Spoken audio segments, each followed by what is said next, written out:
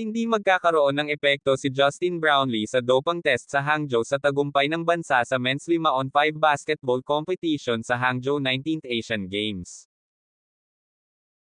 Yan ang pag-uusapan natin sa video na ito, kaya kung bago ka pa lang sa aking channel, baka pwede ipakipindot subscribe button pati na notification bell para palagi ka updated sa mga susunod ko video. Salamat po. Nananatili sa atin ang ginto, sabi ni Philippine Olympic Committee POC President Rep. Abraham Bambol Tolentino noong Biyernes.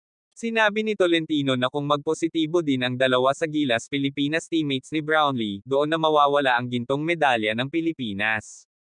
Tinukoy niya ang Artikulo 11.2 ng Anti-Doping Rule ng International Olympic Committee, na nagsasaad sa ilalim ng Consequences for Team Sports, na, if more than 2 members of a team in a team sport is found to have committed an anti-doping rule paglabag, ang CAS Court of Arbitration for Sport, Anti-Doping Division ay maaaring magpataw ng naaangkop na parusa sa koponan HAL. Pagkawala ng mga puntos, diskwalipikasyon mula sa isang kompetisyon, kaganapan, o Olympic Games Rio 2016, o iba pang mga parusa bilang na ibinigay sa naaangkop na mga patakaran ng nauugnay na International Federation, bilang karagdagan sa anumang mga kahihinatnan na ipinataw sa mga individual na atleta na nakagawa ng paglabag sa anti-doping rule.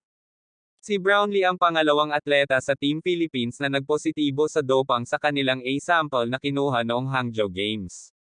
Ang mountain bike cycling athlete na si Ariana Evangelista ay nagbalik kanina ng adverse analytical finding, matapos siyang random na masuri bago ang kanyang kompetisyon sa unang bahagi ng mga laro. Parehong sina Brownlee at Evangelista ay pansamantalang sinuspinde hanggang matapos masuri ang mga resulta ng kanilang mga B sample sa kanilang depensa.